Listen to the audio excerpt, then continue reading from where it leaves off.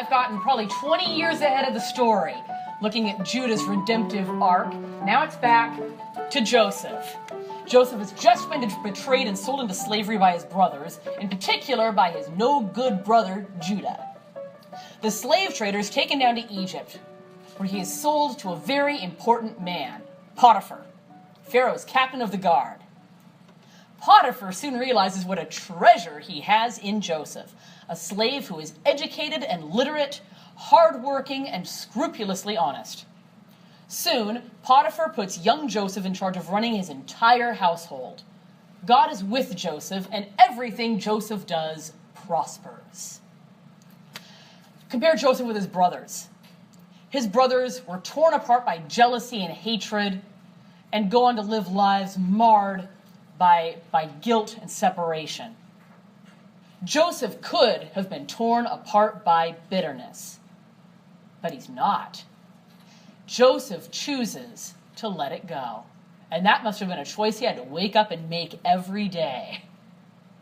Joseph chooses to make the best of a really bad situation. He works hard for his new master, and he keeps doing what is right. Now, Joseph is not only virtuous and intelligent, he's good looking. And after a while, Potiphar's wife decides that she's got to have him. "Lie with me," she says. Joseph refuses. He says, "I can't betray my master, and I can't sin against God." All right, the obvious comparison here is with Judah, who we just heard about. Judah casually sleeps with a woman he thinks is a prostitute. Joseph is determined to do things God's way, no matter what the cost. Potiphar's wife is determined. She propositions Joseph day after day. Joseph does his best to avoid her. She's got the power. He doesn't. One day, she catches him alone, grabs him by his man's skirt, picture Egyptian slave wear, bare-chested, white skirt down to the knees. She grabs him by his skirt and says, "Lie with me or I'll scream." Joseph runs away naked, leaving his skirt behind, and she screams. She spins a tale about how Joseph attempted to rape her, but when she screamed, he ran off. Potiphar has Joseph thrown into the palace prison. Now, normally, a slave who attempted to rape his master's wife would have been immediately put to death. The fact that Potiphar puts Joseph in prison suggests that Potiphar knows which party is the more trustworthy between Joseph and his wife. Joseph has hit a new low. He's been betrayed and sold into slavery. He's been falsely accused and thrown into prison. He has done the right thing time and time again and suffered for it every time. Does he get bitter? No. Does he get cynical? No. Does he stop doing the right thing? No.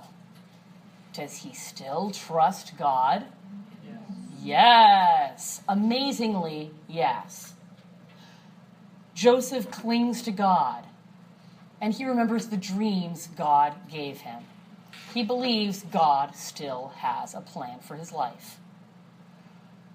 We can be tempted to be angry with God when bad things happen seemingly for no reason.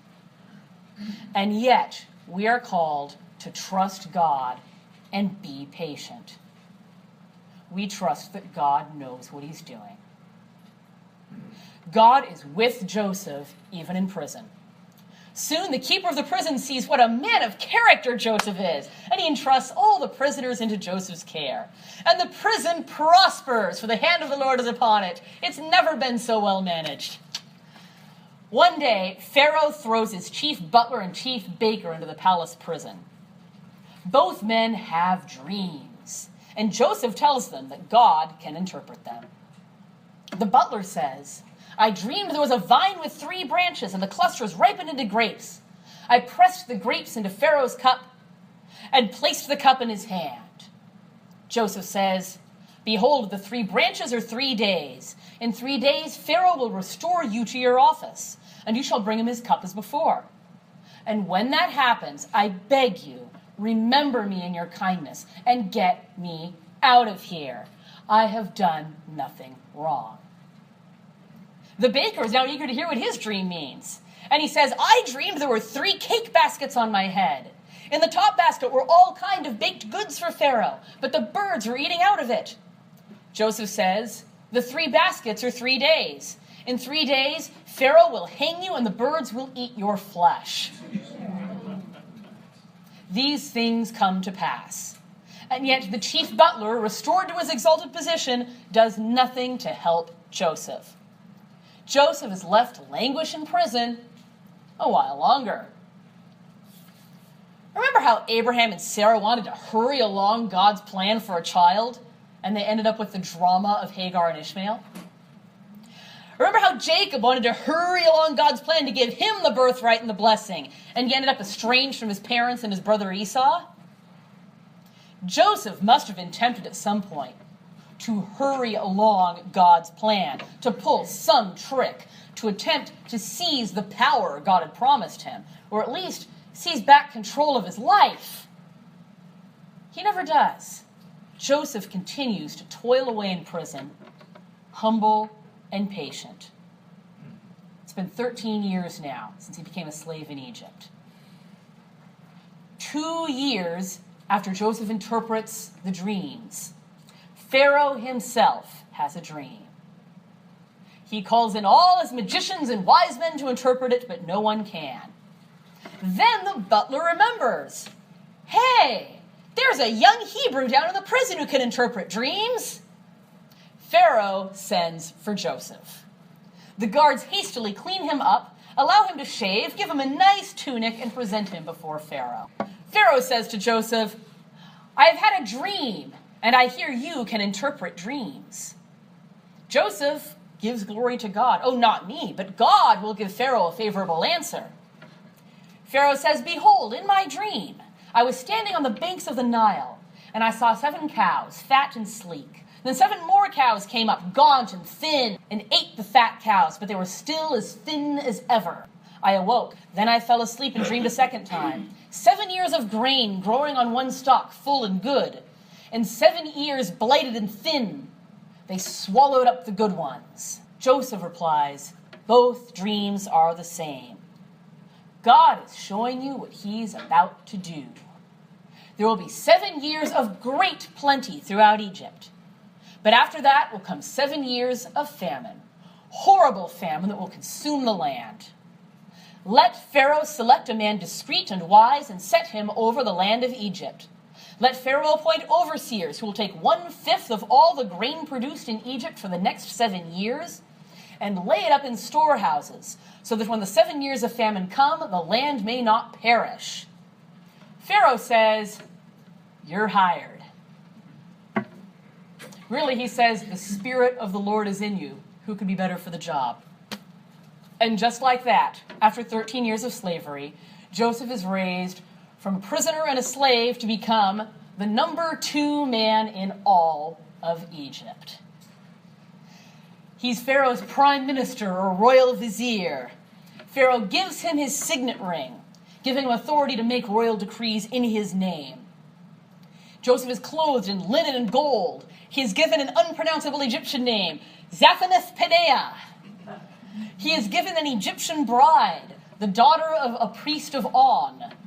And wherever he goes, he rides in a chariot, and Pharaoh's guard rides ahead of him, shouting to all, bend the knee, Zaphaneth-Paneah approacheth. God is faithful. He gave Joseph dreams of greatness, and he fulfilled them. Joseph's dreams finally came true. And Joseph blesses God and thanks him for all the good he has done. And Joseph doesn't forget about God in his prosperity. He continues to practice gratitude and rely on God. You can see this in the names of Joseph's sons. Joseph has 2 sons. He names his firstborn son Manasseh, which means God has helped me forget. It's an odd name, but it means God has helped me forget the betrayal of my family and the bitterness of slavery. It's done, and I've let it go. Then he names his second son Ephraim. God has made me fruitful. This life in Egypt, it's not the life Joseph ever had planned for himself. It's much better. Not so much because he's rich and powerful and second in the kingdom, but because he can see that God is working through him to help many, many people. Joseph is going to save lives. God has indeed made Joseph fruitful. And when we stay close to God, God makes us fruitful. He works through us 30, 60, and 100-fold. Does this story of interpreting Pharaoh's dream remind you of any other story in the Bible? Maybe one from last year. Daniel. Good job. This is very much like Daniel. In the story of Daniel, King Nebuchadnezzar dreams about the future, but his magicians are useless and can't interpret the dream. So the king turns to Daniel, a Hebrew slave living in exile, who interprets the dream with God's help, and then the king makes him a royal overseer in the kingdom. And just like Daniel, Joseph doesn't get corrupted by power. He doesn't get corrupted by the temptation to worship like the locals. Joseph serves Pharaoh loyally, effectively. He learns and he lives Egyptian culture, but he keeps his integrity and he keeps his God.